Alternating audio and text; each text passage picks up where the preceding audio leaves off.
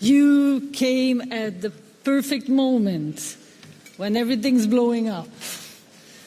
This time, talking about competitiveness, a more important call for a stronger Europe, for a stronger social dimension, for a stronger need for the freedom to stay, for your call for the fifth freedom of knowledge and research and technology, for me, which means that we have to connect all of our knowledge and brains to face all the challenges that we see. So, thank you for coming. We have a lot of people who want to raise issues and call attention to issues. I'll give you the floor, and if you can react on what happened in the past hours, that's also great. How do you see what will happen? Thank you. Thank you very much. It's really an honor, great pleasure, and Madam President, I'm very happy to be here also to tell you good luck for your new commitment and for all of you. I start by saying that when the European institutions gave me the mandate to write this report, I immediately asked Jacques Delors was still alive, suggestions on how to run this exercise, because Jacques Delors was the founder of the single market. And I'm very pleased to tell you that, because Jacques Delors is the name of your building. You are in the building, in the Jacques Delors building, and I was very happy to see that some weeks ago there was a big ceremony at the Committee of the Regions for that. I had from him 3 suggestions, and I start from that because these 3 suggestions were and are for me decisive for the way in which I decided to run this exercise. First suggestion was to say the single market was a success because we decided to have the cohesion policy at the same time. We launched the cohesion policy, the structural funds, in the same moment of the single market. And so his message to say, do not separate single market and cohesion policy. Do not separate single market, structural funds, fight against inequalities is for me one of the most important messages. Second suggestion was to say, do not close yourself in a Berlaymont bureau to write the report. Go everywhere in Europe. Meet the people, because the single market means the people. And that was the reason why I decided to have this title for the report that is a little bit unusual for the European standards. Usually in Europe we are boring by definition, and so we use as title of all the activities that we have very boring titles. And instead of writing the report and saying report on the future of the single market, I prefer to use this suggestion from Jacques Delors and to say much more than a market, people, the people. And the third suggestion, I think it is really a suggestion that suits here. Because the third suggestion was to say, do not limit yourself when you go around in the 27 countries, do not limit yourself in the national capitals. Go everywhere, in the provinces, in the regions, because there you will understand what is happening, what is going well, what is going less well.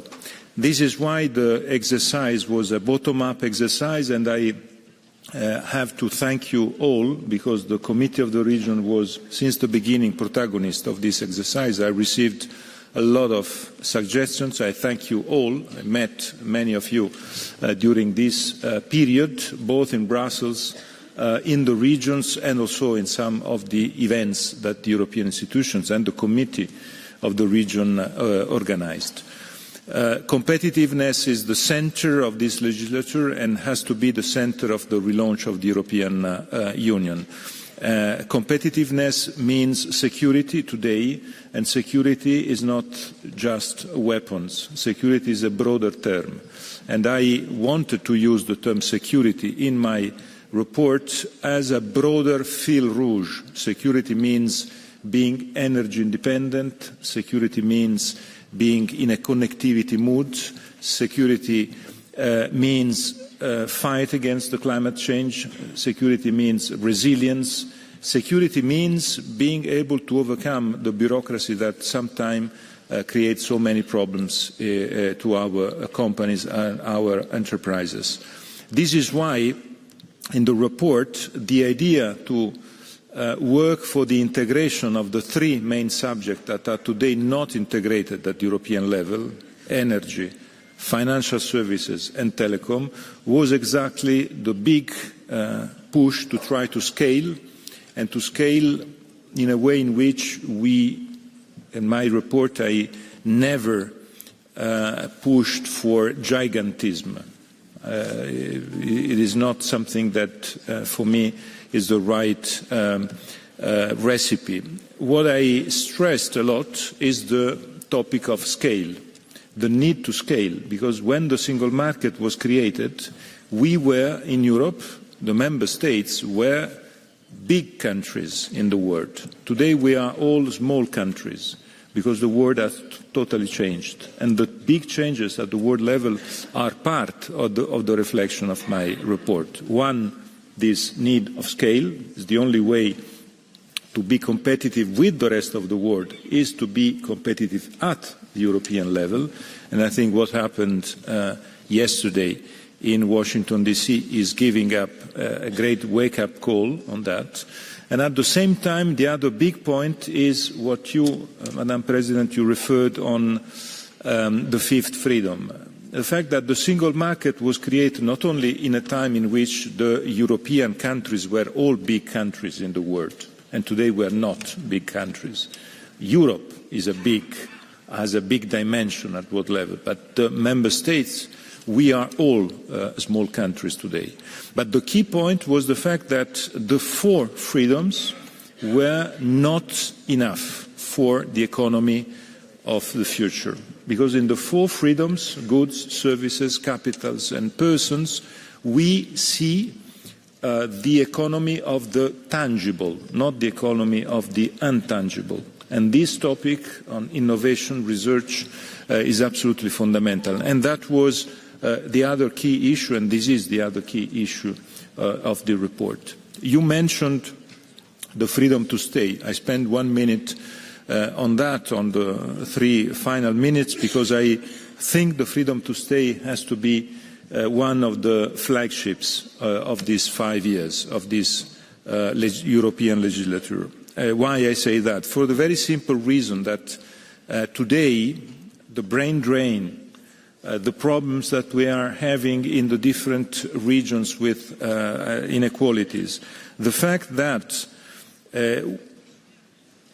too many times the European Union is perceived by our people as a good toolbox for those who are cosmopolitan, who travel, who speak many languages, who are able to work in another country.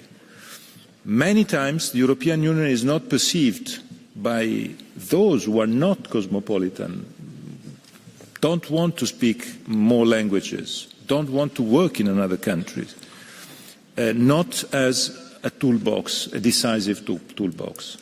This is time, I think, to complete the single market exactly with this idea. The idea that the freedom to stay is a freedom that we have to guarantee, with services of public interest, with the capacity to avoid brain drain, to give people choice. And the report is full of some provocations and some ideas on that. I can tell you that some of them were part of the discussions we had together. Let me conclude in the last minute by saying that I can't address here this assembly without making any reference to what is happening at world level in this period. I strongly believe that the European Union has to react. I strongly believe the European Union has to react united. But I want to use my last minute giving you a message coming also from my job, from my profession as someone working with students. The US, for the last 100 years, was the country most attractive for people coming from abroad.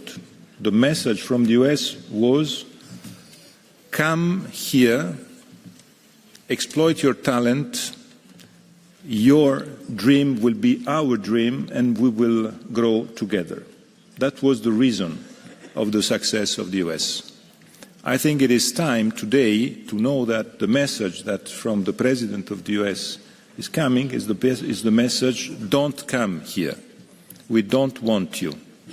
I think we have to know that we, the Europeans, we can be the land of hope, the land of opportunities, the land of talents. And if we are able to use our opportunities, our single market, to make dreams possible and to share these dreams, I think that can be for us a great opportunity. Thank you.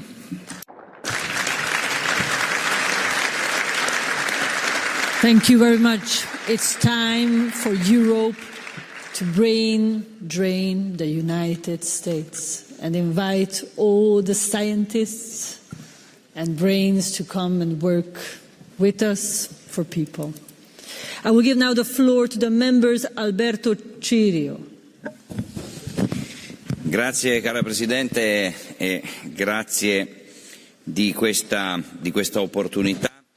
Thank you, dear President, for this opportunity, and thank you for this very detailed report and for this debate, which in particular allows us to underline how important it was to start from the consideration that the regions and the territories of this wonderful Europe of ours are very diverse, and they have very diverse needs and situations, and therefore need to be approached with the capacity to understand what everybody's needs are. And therefore, it is absolutely fundamental that we have freedom, the freedom to stay. In Piedmont, I have the smallest school in Italy with only 2 pupils, but we defend it because it's a small mountain school, and if we close the school, we close the town in a certain sense, and we know that strength is built in small communities as well. I also feel that the word security is extremely important under its various aspects. It doesn't only mean defence, it is also defence. But it's also what Executive Vice President Fitto explained earlier. It is economic security for our companies, security regarding households and investments in housing, water and land investments. Security is now felt to be as an overarching need, and European citizens are asking us to fulfill this need. And a consideration, an observation on what is happening. Our impression is that Europe needs to intervene in order to guarantee the competitiveness of our companies and the free circulation of goods, which has and always will be a fundamental asset. We need to react. It is a necessity, but it's also necessary to carry on with dialogue and negotiations. Trade wars lead to no good.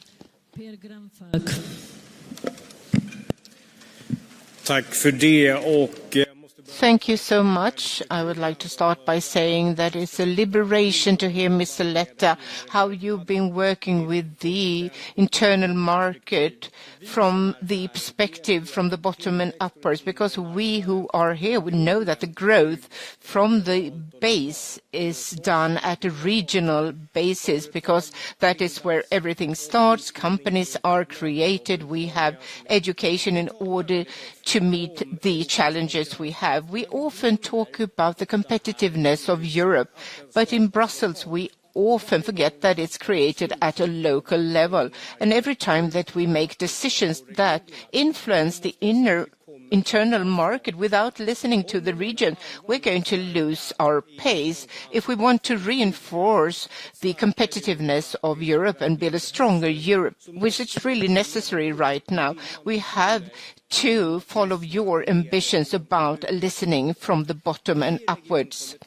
In the Committee of Regions, we know exactly what is needed in our regions and municipalities in order to reinforce the competitiveness and match the challenges and solve all problems we have. I really hope that your idea about starting from the bottom and uppers can be spread out to more institutions in the at the European level, and we are going to do everything we can to influence politicians and others as regards what is needed, what is to be deregulated in order to strengthen the internal market. We know exactly what is needed, and I really hope that more people will have your attitude. Thank you so much. Thank you, Luca Manassi.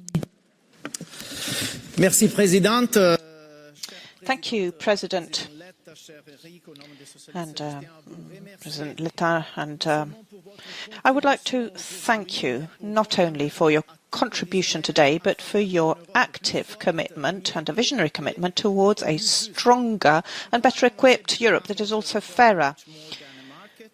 You're much more than a market relation. I'm sure is excellent, and I'm sure you will carry on along the same lines. But first of all, we cannot have a competitive Europe without competitive regions.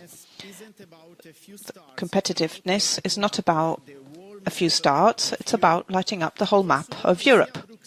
Too often here in Brussels, competitiveness is perceived either as sectarian interests and public-private investments, or as the choice of winning companies, or it's perceived as a weakening of European norms under the pretext of facilitating business. This is not the recipe for competitiveness that we want. We need to give each region the tools to strengthen itself and to maintain its productive capacity.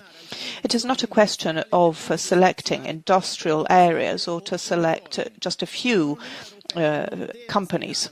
European economy mustn't aspire to be like the US model, but must focus on the strengths of the various economic actors that contribute to innovation and occupation, and with small and medium-sized enterprises, with social associations, without forgetting our public and companies and cooperatives.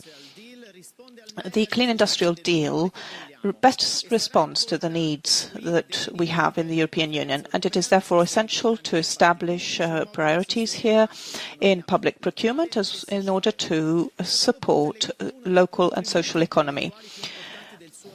The second aspect looks at the right to stay in your report. 40% of Europeans nowadays live in stagnation and economic downturn. We cannot accept this. Everybody deserves opportunities, a future and perspectives.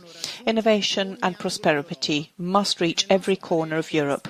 It is our opinion that in order to fully exploit the cohesion policy to tackle demographic change, we need to establish minimum standards for public services that need to be ensured everywhere in order to incentivize companies and people to stay. When public services diminish, that is where depopulation occurs. And I'll conclude by saying and recalling that it is thanks to your contribution, President Letta, that we can now talk about a union that is based on savings and investment in order to maintain our savings and reinvest them in productive activities in our continent. I hope that this is not just one of the many failings in your report for a Europe that, as you write, is based on speed, security and solidarity. Dear Enrico, I don't know whether you have managed to make us fall in love with the single market, but certainly you have reignited our passion towards this issue, this topic, so that we can build together the European dream.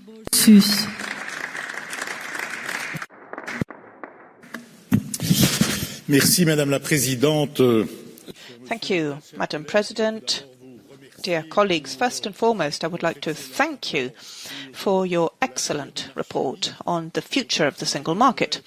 Your work couldn't have been more topical and more essential, as shown by recent events. The diagnosis that you have painted as Mr. Draghi in your respective reports underline the urgency of re-establishing European competitiveness as well as the single market. I would like to underscore in your words the holistic approach of your presentation that includes among the priority issues security, the territorial aspect, industrial investment, investing in skills as well as spatial and new technologies. I would like to underline the importance of innovation. You have mentioned the right to stay. We would also like to add the right to innovate, the possibility of moving forwards thanks to new technologies and to excel in many ecosystems. I call for us not only to support this excellence, but also the ecosystems of value chains at interregional and international level.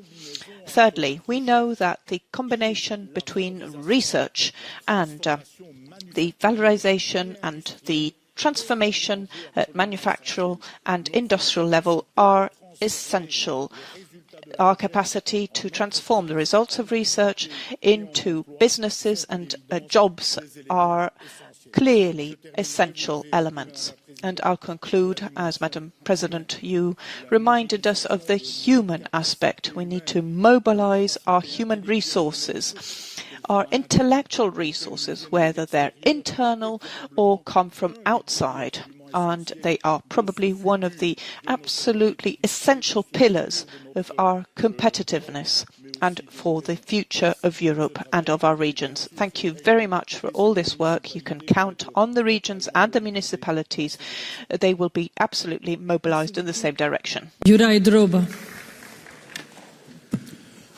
colleagues, dear Mr. Letta, your words are actually music to my libertarian ears. Thank you very much. We finally start talking about competitiveness of Europe. We haven't talked about this for too long, and I think our times were too good for too long, and we didn't think that there may be some other global players who will start being more efficient and better than us. I think 2 weeks ago the European Council reiterated the urgent need to strengthen the competitiveness and called the EU to reduce the regulatory burden and reduce the rules. We have long cautioned about the risks of pursuing increasingly ambitious policies at the EU level without fully assessing their impact on Europe's industrial base and global competitiveness. Moreover, such policies often fail to consider the specific circumstances and realities at the local level and the realities of the local economies. We must adopt a more pragmatic and results-driven approach to policy making, one that halts our industry's decline, boosts our productivity and ensures the security of our borders in the East. For our group, enhancing competitiveness means strengthening the single market, revising the most burdensome Green Deal regulations, such as those that have led to the crisis in the automotive sector and other industries. As described in the Competitiveness Compass, the green transition must be competitiveness-friendly and technology-neutral.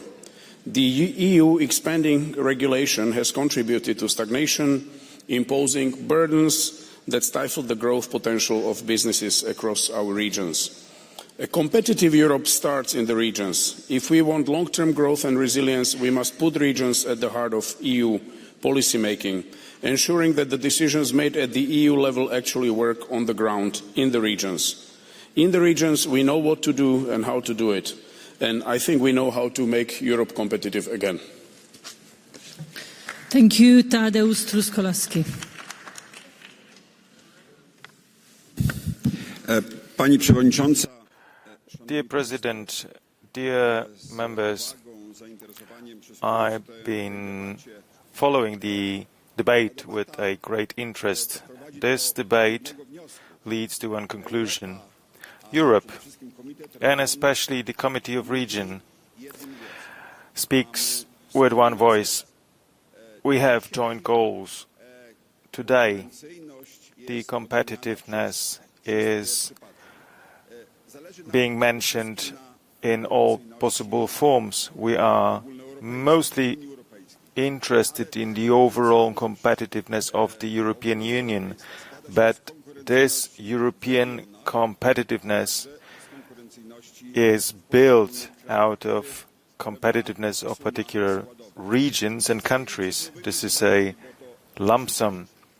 We facing many new challenges. From today we have the new tariffs imposed by the US. It's very symptomatic.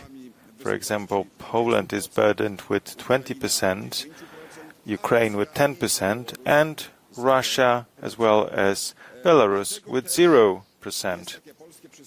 There is a Polish saying, "What won't kill you will make you stronger."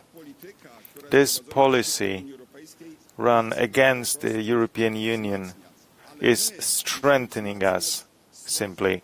But we need to strengthen the weakest links, because we say that the chain is as strong as its weakest link. That is why increasing the competitiveness of the peripheral regions in the eastern regions is important, but we should not just care for the competitiveness of enterprises, but we should care for good jobs and good services and products for our consumers. Let's stay together, and then we'll win and we'll become stronger. Thank you very much. Thank you, Erika van Kaden. Ja, Frau Vorsitzende. Dear Chair, Mr. Letta, thank you for your report, and thank you very much that you mentioned cohesion policy verbatim again. We were discussing this prior to you coming here. Crises can be opportunities, chances that we work together differently and better in Europe, but also move forward competitiveness. More competitiveness means, or at least we hope, it means more prosperity and more well-being, hopefully. But I would like to point out that the ecological crises we are facing, especially climate change, aren't suddenly going to disappear just because the global challenges have increased and because competitiveness has changed, particularly through President Trump. They're still there. So I am a little bit sad about the fact that the Green Deal in the report hardly appears or doesn't really have a very big importance attributed to it. So I'm glad that in our resolution we keep saying and repeating that climate policy is not automatically a killer for competition, quite the contrary. That's why I would like to see that we all together point out over and over again that competitiveness is not something that's automatic, and prosperity won't happen automatically if we don't deal with the ecological challenges, because they are our basis for living. Thank you.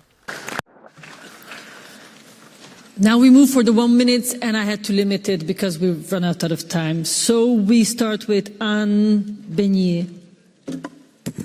Merci. Thank you. We know that competitiveness goes through innovation, and innovation comes from research. So to earn in competitiveness, we need to strengthen research in all European countries. Barcelona objectives to bring investments in this domain at 3% of the GDP is far from being reached. One of the strengths of regions is their innovation ecosystem. This is an asset to develop competitiveness. Regions know how to link together researchers and companies because they know the actors of their territory. What we need now is to connect these ecosystems among each other in Europe. Tools such as intelligent specialization and innovative regions are tools that must be strengthened. To have a research and a framework agreement and investments, as well as supporting regional innovation centers, would allow us to increase competitiveness in Europe.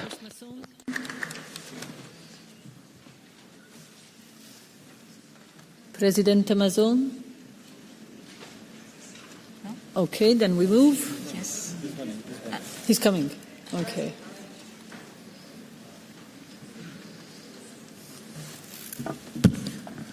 Gracias, Presidenta. Thank you, President. Thank you very much for this report from the Valencian community. We are facing challenges in terms of productivity, which are significant for us, and that we can only solve thanks to measures for competitiveness. We must contribute both to the strategy as well as its design, and only like this will we be able to ensure the effectiveness of the industrial policy if this has a territorial approach. This means that the business systems need to be strongly interconnected, and the workforce needs to be aligned with local economic powers. Therefore, our measures need to be aligned with companies' needs and not the other way around, as unfortunately tends to happen. I would also like to underline something that I haven't heard being mentioned today, and this is administrative simplification. Europe often is synonymous with bureaucracy, with convoluted systems.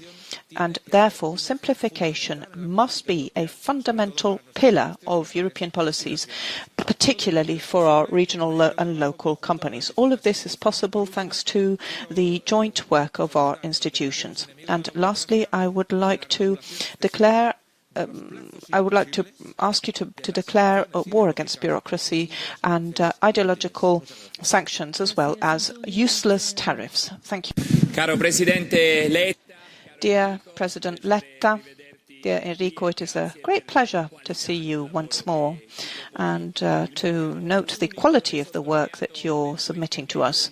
The single market is a shared and a common good, as you said, and therefore it must be looked after and nurtured and made accessible everywhere. This means investing in infrastructures and services, and that initial step where you say that the single market, cohesion policies and structural funds must gel everything together.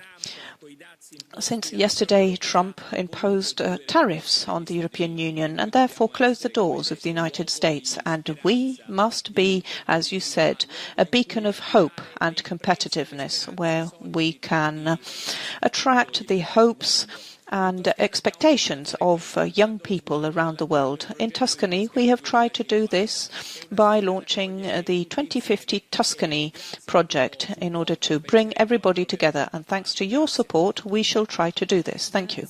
Karina Yanti. Dear colleagues, Mr. Letta, I would like to start by expressing my gratitude for creating the Competitiveness Compass. As its name implies, it gives clear guidelines for the EU towards better competitiveness. This should be one of our main priorities during our mandate, not only for the sake of our economy, but also for the sake of our security, because they go hand in hand. In order to improve our competitiveness, money alone is not enough. We need ambitious structural reforms which genuinely acknowledge local realities and the needs of our companies.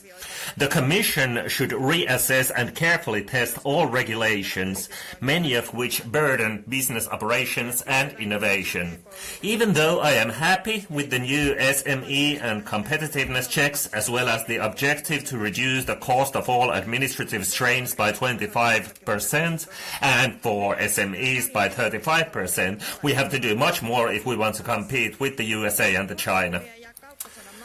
in the world of tariffs and trade wars, Europe must make sure that our countries maintain its competitiveness as a location of business, and especially investments in circular economy and green transition need to be taken into account. The horizontal factors of competitiveness compass support these actions. Thank you. 40 seconds.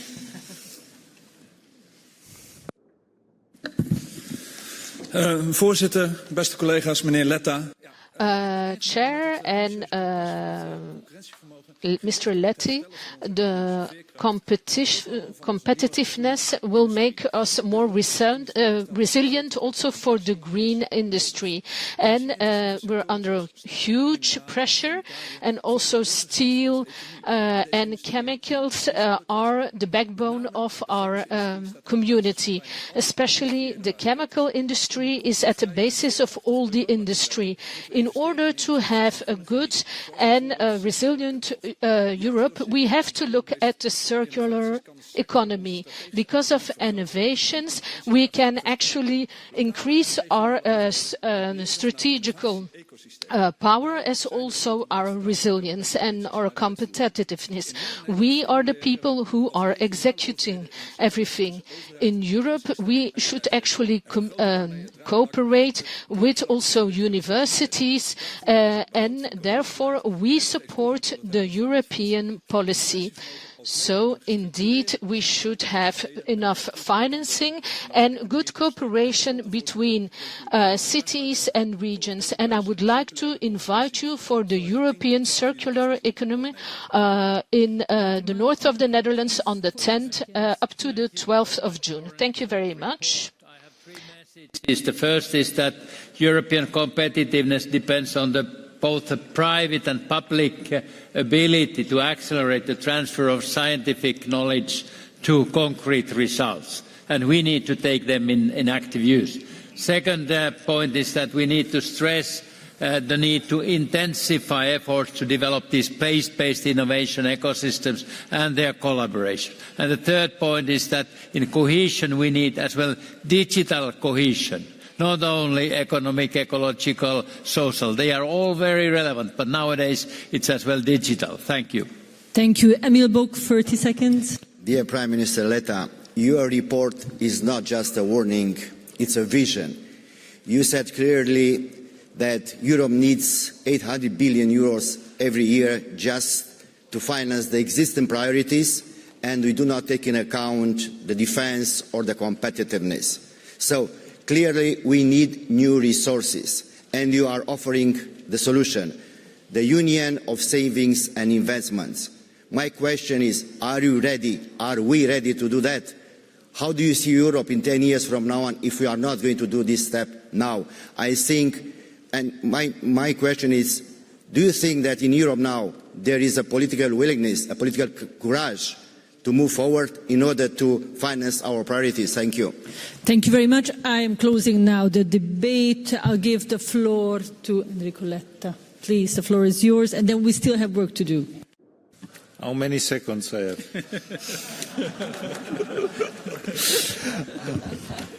I thank you all for this debate, for all the different interventions. Of course, I have to choose, and my choice is to the point of the Savings and Investments Union. Emil Bock just mentioned it. Menezini did it the same at the beginning. Why I say that? For a very simple reason. Because you rightly pointed out the fact that today the big problem we have is a problem of how to fund at European level, how to finance the public goods policies that we have. I think that the next year will be decisive for that, for a very simple reason. Next Generation EU will end up soon, and the discussion on how to have new funding and new possibility to support public goods is until now a discussion without any conclusion.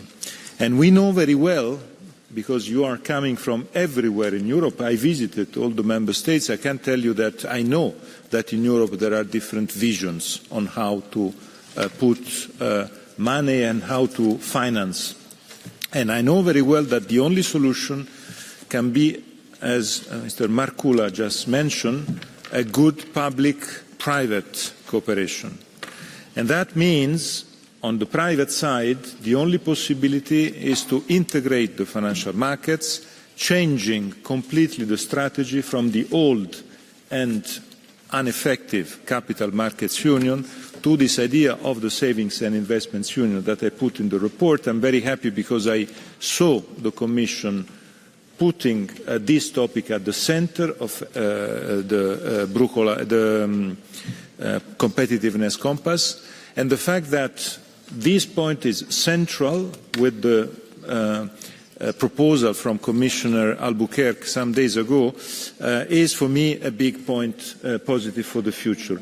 And that is decisive also for the references that I heard to the Green Deal. It is decisive for innovation. Boursus and Besner touched this point. It is absolutely decisive for the Green Deal. Von Kalben and Rink just some minutes ago talking about the circular single market and about the way in which we can finance how to accompany the application of the Green Deal. It is clear that without the right financing of the way to accompany the Green Deal will be a problem. And we don't want the Green Deal as a problem. The Green Deal is a solution. But to have the solution, we have to accompany. We have to accompany industrial policies, we have to accompany agricultural policies, we have to accompany the way in which the people can feel that is for all of us. This is my conclusion. I would be, Madam President, more than happy to come back during your mandate to see whether these solutions, this idea, can be really implemented or not. I think your role, your advocacy role, your pressure role will be absolutely decisive, and the role of the regions, each region from the ground, will be absolutely decisive for the success of this legislature. Thank you. Thank you very much. I will hold you on your word and will call you. Thank you very much.